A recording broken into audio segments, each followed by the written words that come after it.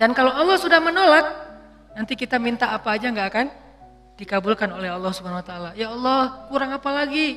Saya udah tahajud, saya udah sedekah, saya udah tilawah, saya udah hafal Quran, saya udah berjihad, saya udah bantu orang lain, saya udah.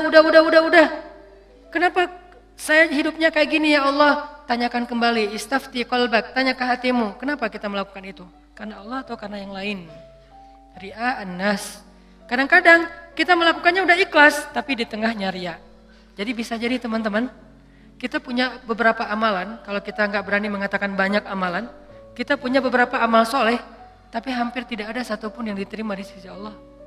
Kenapa Ustadz? Ikhlas kok Ustadz? Di awal, bisa jadi di tengahnya riya. Enggak, di tengah saya tetap ikhlas, bisa jadi di akhirnya riya. Enggak, di akhirnya masih ikhlas, bisa jadi barusan aja riya. Setelah after years, setelah beberapa tahun. Sehingga kalau kita nggak punya modal amal soleh yang diterima di sisi Allah, gimana kita mau ngangkat kedua tangan kita?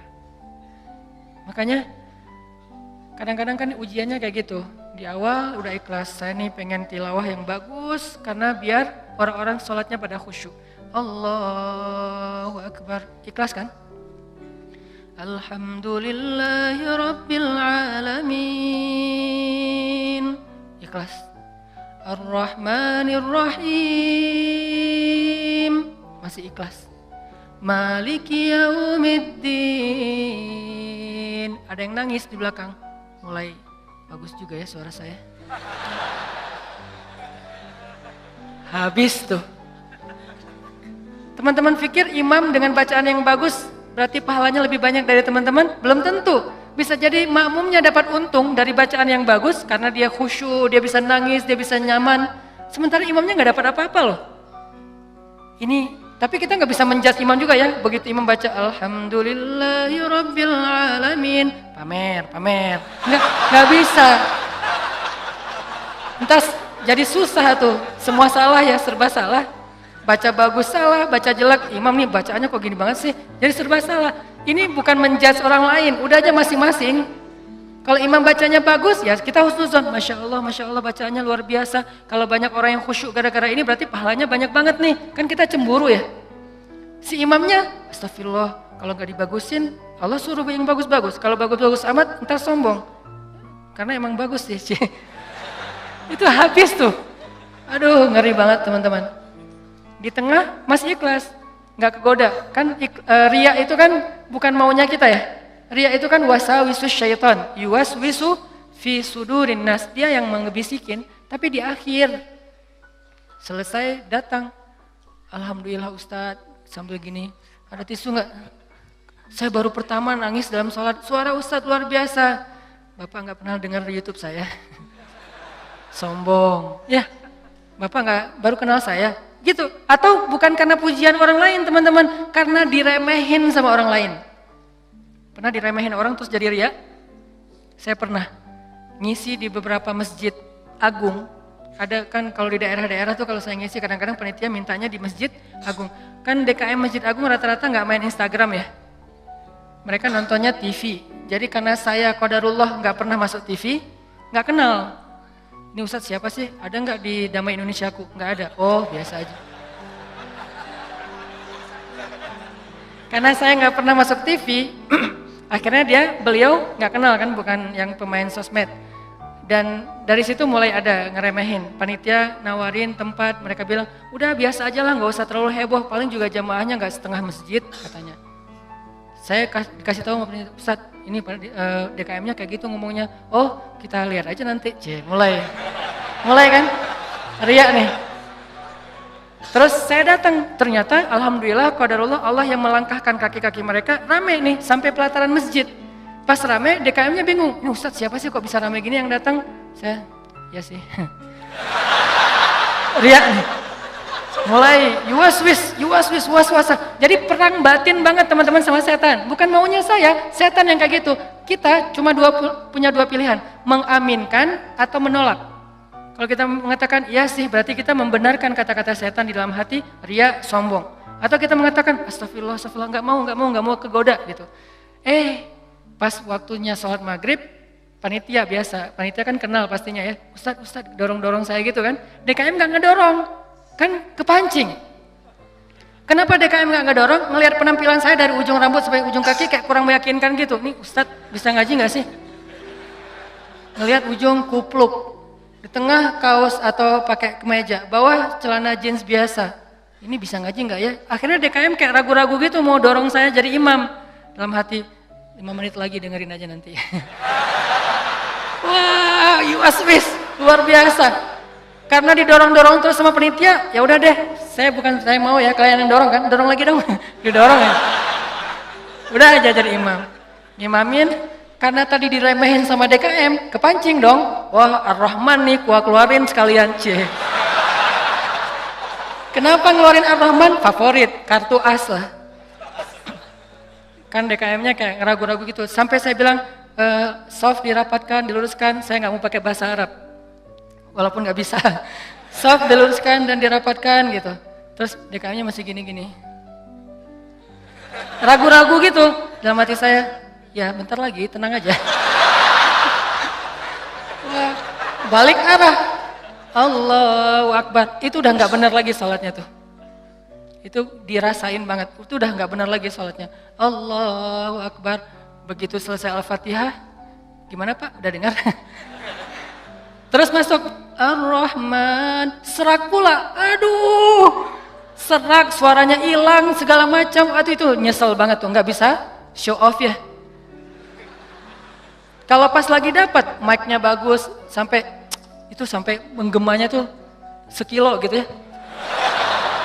Itu kan enak banget ya, buat seorang vokal, mic itu kayak floor buat anak skate kan, jadi bisa ngetrik banget kalau floornya dapat kan. Jadi buat saya tuh kalau mic-nya pas dapat, wah ini bisa semua trik dikeluarin nih. Fabi ayyi ala'i rabbikuma tukadziban, udah Ar-Rahman aja yang biasanya dibagi 4, sekarang 1 rakaat Ar-Rahman, rakaat kedua Al-Muluk. Kenapa? Biar sekalian didengerin. Nih Ar-Rahman ya, gini cara bacanya. Aduh, habis. Selesai sholat, kan balik arah gitu kan, mau zikir kan, balik arah bukan pura-pura zikir sih, sambil zikir ngelihat ke arah si bapak, kira-kira gimana ekspresinya sekarang. Itu teman-teman berat, kadang-kadang bukan karena kita pengen dipuji orang, tapi kita nggak rela diremehin orang, itu yang bikin kita ria kan. Bukan karena kita pengen dielu-elukan, dipuji, dapat banyak like, dipuja-puja, bukan itu kita masih kadang-kadang bisa ngerem. Tapi kita nggak sanggup bertahan, nggak bisa sabar kalau diremehin orang. Akhirnya kita bocorin juga kebaikan kita. Habis. Diremehin suami, diremehin pasangan, diremehin orang tua, diremehin mertua, diremehin teman-teman, segala macam. Diremehin tetangga. Kita bukan pengen dipuji dan dipuja oleh orang lain. Tapi kita nggak tahan kalau diremehin. Keluar juga tuh. Siapa yang selama ini yang melakukan ini? Siapa yang bantu kamu? Siapa? Keluar semua. Satu persatu yang kita sebutkan, satu persatu berguguran dan tidak ada nilainya di mata Allah SWT. Sabarkah kita ketika diremehkan oleh orang lain untuk tetap menjaga rahasia amal kita antara kita berdua aja dengan Allah? Itulah ujian ikhlas. Bisa nggak kita jaga? Nggak mau kita bocorin rahasia kita berdua sama Allah. Begitu kita bocorin, sedih banget tuh. Udah langsung tidak ada lagi nilainya di mata Allah. Berapa banyak dari amal yang kita lakukan yang benar-benar kita mampu menjaga keikhlasannya di awal, di tengah, di akhir. Kalau ada, jangan menyimpulkan dulu bahwa kita udah sukses karena masih ada waktu selama kita masih hidup untuk kita batal. Mungkin nggak batal di akhir, tapi batalnya setelah beberapa tahun. Ada teman kita datang nanya-nanya ke kita tentang, ngafal Quran itu susah banget ya. Kenapa? Aku tuh ngafal 1 juz aja, juz 30 gak beres-beres. Oh, ya sebetulnya gampang sih kalau udah tahu triknya, mulai nih. Emang idealnya ngafal Quran berapa lama? Ya tergantung orangnya, ada yang 10 tahun, ada yang 5 tahun, ada yang 2 tahun, 3 tahun, setahun. Kalau aku sih alhamdulillah 6 bulan khatam. Habis semuanya tuh. Ngafal Quran emang gampang, capek, susah loh. Yang susah itu bukan ngafalnya, murojaahnya kan, ngejaga hafalan. Udah hafal 5 juz, biasanya baru kerasa capeknya tuh setelah 5 juz kata orang-orang yang hafal. Setelah 5 juz, mulai nih keteteran yang di belakang, balik lagi ke depan, hilang lagi yang di belakang, balik lagi. Kayak gitu ngafal Quran saking capeknya tuh sampai orang yang banyak putus asa. Udah setelah perjuangan, effort yang luar biasa, hilang hanya gara-gara kalimat cuman 5 menit aja, habis semuanya teman-teman. Rugi banget kan? Jadi jangan dulu menyimpulkan bahwa kita tuh udah pasti soleh, udah pasti istimewa, udah suci banget. Hanya gara-gara kita punya amalan soleh lebih banyak dari teman kita. Mungkin dia amalnya biasa-biasa aja, tapi dia karena biasa-biasa gak bisa ngeriain kan. Hafal 30 juz dengan hafal Al-Ikhlas. Kira-kira mana yang pantas diriakan? 30 juz dong, Al-Ikhlas gak mungkin ria. Gimana kita mau ria? Gua udah hafal loh, apa? Al-Ikhlas. Apa yang mau diriain Al-Ikhlas? Yang ada Al-Ikhlas itu surat pelampiasan. Kalau udah mentok Al-Ikhlas. Sawa'un 'alaihim a'anzartahum. Perasaan tadi sebelum sholat lancar. A'anzartahum qul huwallahu ahad. Biasanya gitu kan? Mentok-mentoknya Al-Ikhlas. Kenapa? Cuman Al-Ikhlas yang kita paling ikhlas. Kenapa tadi kok bacanya yang susah-susah? Pengen dong sesekali orang tahu kalau hafalan saya udah nambah kan gitu ya. Pengen dong orang tahu, kayak kadang-kadang kan kita suka pengen melakukan sesuatu yang orang lain gak bisa lakukan. Membaca surat yang orang lain gak hafal surat itu jarang. Kalau Al-Ikhlas, Al-Falaq, An-Nas, Al-Kafirun. Al-Kafirun masih oke lah. Karena Al-Kafirun suratnya agak susah kan. Banyak orang yang terjebak, la abudu ma ta'budun wala antum abidun ma abud. Kapan selesainya nih? Muter aja di situ Al-Kafirun teh. Nah, kalau Al-Ikhlas kan jarang yang terjebak. Kalau Al-Ikhlas juga sampai salah, ini nih ngeri banget nih. Jadi mungkin jangan ngeremehin dulu teman-teman. Ada teman kita yang hafalnya, kamu hafal surat apa? Enggak, cuma dikit dari At-Takatsur sampai An-Nas doang. Itu juga gara-gara modal sholat taraweh. Karena dia taraweh selalu dengar itu kan, di taraweh suka dengar ayat itu ya, akhirnya kehafal sendiri. Dia nggak pernah sombong, dia nggak pernah riak karena hafalannya sedikit. Kita yang 30 juz, segitu doang, kemana aja loh? Habis 30 juz. Jadi yang hebatnya itu bukan berapa banyak amalannya teman-teman, tapi seberapa kuat dia menjaga keikhlasannya di awal, di tengah, di akhir, dan setelah beberapa lama. Jadi jangan menyimpulkan dulu. Fala tuzakku anfusakum huwa a'lamu bimanittaqo.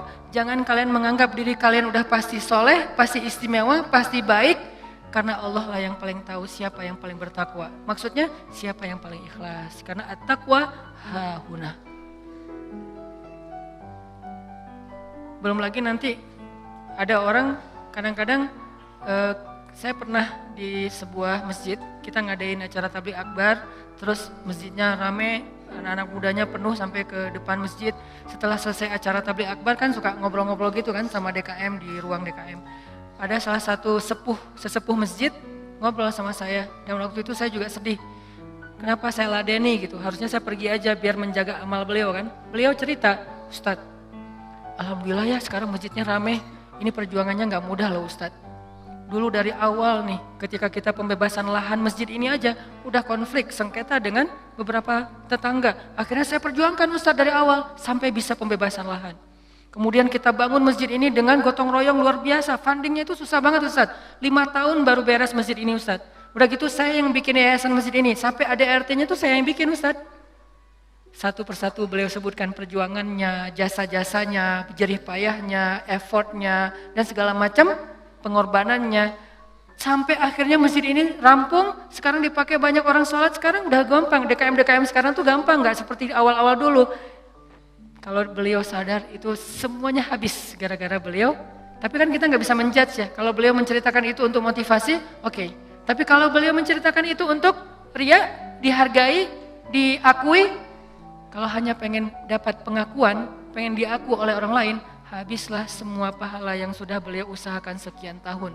Harusnya kalau beliau ikhlas, satu orang yang datang ke masjid untuk ikut acara tabligh akbar, sholat berjamaah, taubat, sadar, zikir, ibadah, beliau dapat pahala. Kebayang nggak kalau ada 5.000, 10.000 anak muda yang datang untuk ikut acara di situ? Pahala beliau banyak banget, tapi hilang hanya dengan 5 menit berbicara.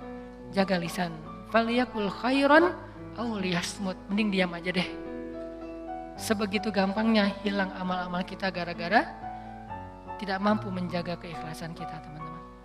Makanya wa innama likulli imri'in manawa, itu gampang banget tergelincir. Itu halus banget, lebih halus daripada suara langkah-langkah semut. halus banget. Sampai kadang-kadang kita juga terjebak di situ.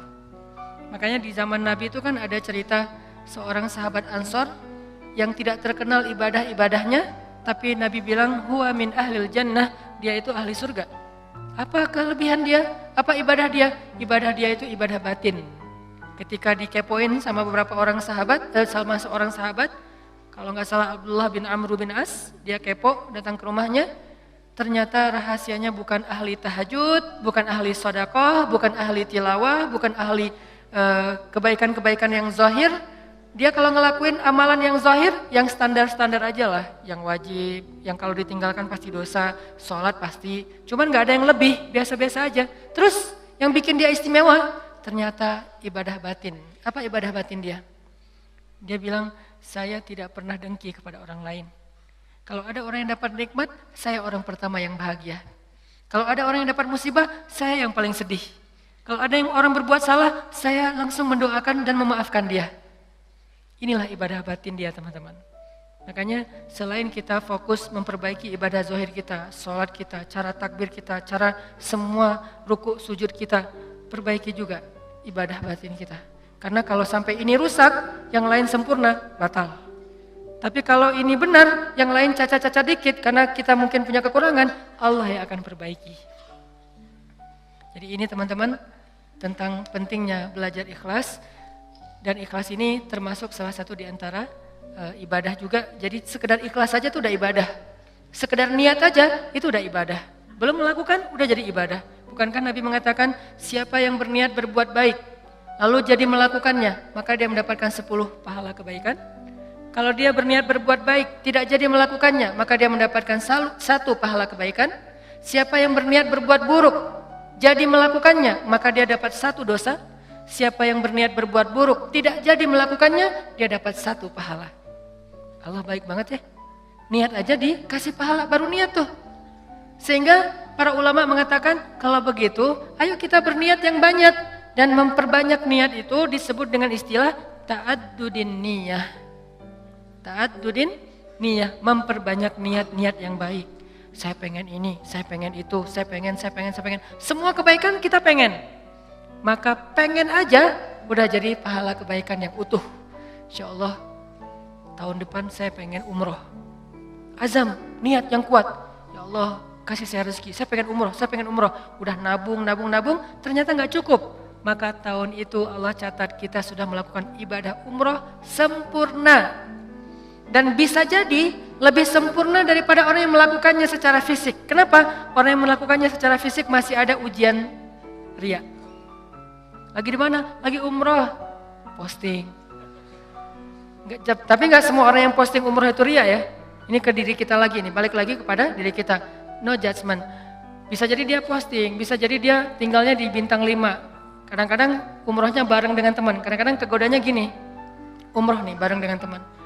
Pas lagi makan, kan di hotel suka pas makan saling ketemu gitu kan, saling sharing. Dari mana aja? Baru selesai tawaf.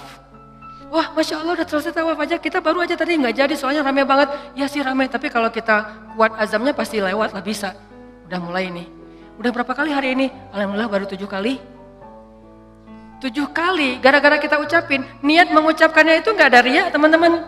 Niat mengucapkan itu keceplosan aja pengen ngomong gitu. Alhamdulillah udah 7 kali. Alhamdulillah baru 7 kali. Niatnya nggak ada riyanya sama sekali. Tapi begitu selesai mengucapkan, orangnya mengatakan, Masya Allah luar biasa 7 kali, hebat. Langsung datang setan, yuwaswis. Ya sih, mungkin di rombongan ini saya yang paling banyak rekor tawafnya. Atau kadang-kadang cium hajar aswad. Itu kan sesuatu banget ya, buat jamaah umroh dari Indonesia kan sesuatu banget. Jadi bisa dibilang cium hajar aswad itu kayak poin. Siapa yang paling sering cium hajar aswad, jadi kayak saling share lagi makan. Udah cium hajar aswad? Udah, belum? Udah, alhamdulillah udah 3 kali. Wah saya baru sekali. Akhirnya saling berlomba. Kalau ini niatnya fastabiqul khairat, itu bagus. Tapi gara-gara fastabiqul khairat, kalau sampai terjebak kepada riya, sombong, maka habis. Yang tahu cuman kita. Yang tahu cuman kita. Orang lain gak tahu. Hati-hati dengan ini. Tapi orang yang tadi menabung pengen umroh, terus gak cukup duitnya, lalu gak jadi umroh, bisa jadi dia mendapatkan pahala umroh lebih utuh daripada orang yang melakukannya secara fisik. Maka jangan kikir dalam berniat baik. Berniat baik yang banyak. Ketika kita keluar rumah, ya Allah hari ini mudah-mudahan saya bisa bantu orang di jalan. Mudah-mudahan saya bisa silaturahim dengan teman lama atau dengan keluarga. Mudah-mudahan saya bisa mendapatkan ilmu. Mudah-mudahan saya bisa membantu orang dari kesusahan. Mudah-mudahan saya bisa. Perbanyak aja kebaikan kita niatin dan kita serius. Kalau nanti ada kesempatan kita akan lakuin.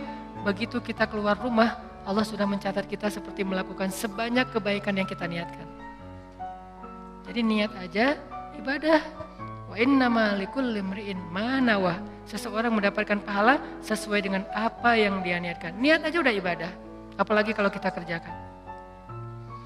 Sampai ulama mengatakan, kalau saya mendengar seseorang mengetuk pintu rumah saya, maka saya tidak akan membuka pintu rumah itu sampai saya memiliki 10 niat baik. Jadi kalau mau buka pintu rumah, beliau berdiri di belakang pintu, ya Allah, kalau ini adalah orang miskin, saya berniat akan kasih dia sedekah 1. Kalau ini adalah seorang saudara yang sudah terputus silaturahim selama ini, saya akan sambung silaturahim 2. Kalau ini adalah seorang ulama, saya akan minta nasihat dari beliau dan ilmu 3. Kalau ini adalah seorang murid, saya akan kasih dia nasihat dan ilmu 4. Kalau ini adalah seorang yang berhutang, saya akan bayarkan hutangnya 5. Terus sampai 10 niat baik baru dibuka pintunya. Ternyata yang datang cuma 1 orang dengan 1 hajat, maka beliau mendapatkan pahala 10 hajat, 10 kebaikan. Ini hebatnya niat, ta'addudin niyah. Sehingga yuk kita berniat sebanyak mungkin berbuat baik. Saya akan gini, saya akan gini, saya akan gini. Salah satunya untuk akhirat kita, kalau saya pribadi berniat, ya Allah saya pengen banget nanti sebelum meninggal, kalau bisa udah khatam 30 juz. Dari dulu diusahain belum beres-beres. Naik dikit, turun banyak. Naik dikit, turun banyak. Kenapa? Mungkin banyak dosa, bisa dosa lisan, bisa dosa mata. Bukankah dosa itu bisa menghilangkan hafalan ayat Al-Quran? Dan kata Nabi, Al-Quran itu gampang hilangnya, lebih gampang daripada hilangnya onta yang liar. Cepat banget hilangnya. Enggak Ustadz, saya udah banyak dosa tapi enggak hilang-hilang. Ya enggak ada yang dihafal, apa yang mau dihilangin? Coba kalau mau tahu kita banyak dosa atau enggak, hafal Quran deh. Kalau susah, pasti banyak dosa. Kalau mau tahu itu cara kita untuk bisa mendeteksi dosa kita, salah satunya ya, hafal Quran. Coba, itu akan mendeteksi banget. Kalau kita udah lancar bacaan, tapi dengan syarat bacaannya udah lancar. Karena kalau bacaan belum lancar, ya bukan karena dosa, emang nggak bisa baca Quran ya. Berarti tahapannya baca Quran dulu. Kalau bacaannya udah lancar, tapi kok nggak bisa ya ngafal Quran?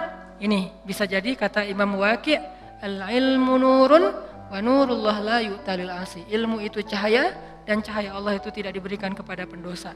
Cara ngukur diri kita banyak dosa atau enggak? Coba ngafal Quran. Kalau susah, pasti banyak dosa. Sehingga pesantren di dekat rumah saya tuh, pesantren kampung Quran namanya. Dulu ada program daurah hafal Quran selama bulan Ramadan, 1 bulan 30 juz. Di Indonesia, di Cihanjuang, Cimahi. 1 bulan 30 juz. Pas saya diundang ke situ ngisi waktu subuh, saya bilang, "Ini programnya apa Ustadz?" 30 juz 1 bulan. Saya dalam hati, emang bisa?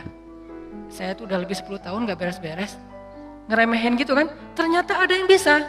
Dari sekian puluh siswa atau santri, ternyata sekitar hampir 10 orang khatam sebulan 30 juz lancar teman-teman. Sebulan 30 juz lancar. Modalnya mungkin cuma juz 30 doang pas baru datang. Dan metodenya Ustadz? Ternyata metodenya itu enggak rumit-rumit, sederhana. Kalau mereka ngerasa susah hafalan, disuruh sholat taubat terus istighfar. Itu doang. Kalau ya Allah kok susah banget ya? Kan kadang-kadang ada halaman yang mudah, ada halaman yang susah ya. Yang biasanya kalau lagi enak tuh moodnya dapat, bisa sekali duduk 2 lembar langsung hafal dan lancar. Kalau lagi nggak dapat, 1 ayat aja nggak beres-beres. Nah, kata ustadznya, kalau kejadian kayak gitu, coba wudu, sholat taubat, minta ampun sama Allah, istighfar, coba hafal lagi. Pasti mudah. Dan itu terbukti. Ternyata kayak gitu caranya. Cuman ya butuh istiqomah juga. Jadi teman-teman, perbanyak niat yang baik. Niat apa aja, termasuk saya nanti kalau udah punya rezeki, udah punya usaha sendiri, saya pengen punya panti asuhan 1000 anak yatim. Tapi niatnya yang kuat ya. Kalau ternyata itu baru terwujud setelah 20 tahun, la tahzan, nggak usah bersedih, nggak usah berkecil hati. Kenapa? Sejak kita berniat punya pesantren, punya panti asuhan 1000 anak yatim, walaupun terwujudnya setelah 20 tahun, pahalanya tuh dihitung dari awal berniat, bukan ketika terwujud. Keren kan niat tuh? Jadi pahalanya dihitung dari ketika kita berniat, bukan ketika itu terwujud. Kalau terwujud, dilipat gandakan 10 kali lipat. Sebelum terwujud, dihitung satu kebaikan yang utuh. Misalnya, saya dalam hati saya punya niat, saya nanti mau bikin camp pengungsi. Kalau kemarin yang saya datang sama teman-teman itu kan camp pengungsi Suriah yang ada di Turki. Yang artinya para pengungsi yang udah aman kondisinya. Kita coba bantu kecil-kecilan. Nah ini dikasih lagi tanah sama Erdogan, sama Turki, lewat menteri di niatnya, lewat Golden Future kita kerjasama di Aleppo perbatasan dengan Turki, di dalam Suriahnya. Yang nggak bisa nyebrang, yang nggak bisa ngungsi keluar negeri, maka ditampung di situ. Dikasih berapa hektar tanah, disuruh coba kalian bisa nggak bikin camp di situ. Saya punya niat, saya akan coba bareng-bareng dengan Golden Future harus punya camp di Aleppo bagian perbatasan Turki yang menampung minimal 100.000 pengungsi Suriah. Itu kan niatnya? Kapan terwujud? Allahu a'lam. Yang penting saya ikhtiar aja dulu dari sekarang. Mulai membangun sosmed, saya harus banyak followers. Kenapa? Makin banyak followers, insya Allah funding untuk kemanusiaan lebih gampang. Terus juga membangun jaringan beberapa tempat di seluruh Indonesia supaya kita kerja bareng-bareng untuk selain kemanusiaan di Suriah, kemanusiaan juga di Indonesia, bikin kegiatan-kegiatan dakwah anak muda. Tapi salah satu target goals saya itu adalah bisa ngebantu korban-korban perang, bukan membantu perang, membantu korban perang. Kalau membantu korban perang kita datangnya bawa roti, bawa gandum, bawa obat-obatan. Kalau membantu perang kan bawa senjata ya, dan saya megang senjata juga belum pernah. Nah, niatnya 100.000 pengungsi di camp di dalam Suriah untuk membantu mereka. Kapan terwujud? Sebutlah 10 tahun lagi baru terwujud. Saya apakah baru dapat pahala setelah 10 tahun? Enggak. Dari sejak awal saya berniat, kalau saya mampu ikhlas, maka saya mendapatkan pahala yang sama. Berarti setiap hari itu saya kayak ngasih makan 100.000 pengungsi Suriah di Aleppo. Setiap hari. Keren kan niat tuh? Kenapa kita nggak melakukan hal yang sama? Kenapa kita nggak berniat aja kayak gitu? Saya akan ikut juga dengan program Ustadz Hanan. Walaupun sekarang saya belum bisa support dana, tapi insya Allah kalau saya ada dana nanti saya pasti akan ikut nyumbang. Saya juga akan funding dengan teman-teman saya. Niatin aja. Dengan niat aja, kita udah ngasih makan anak yatim di Suriah itu 100.000 orang daily, setiap hari.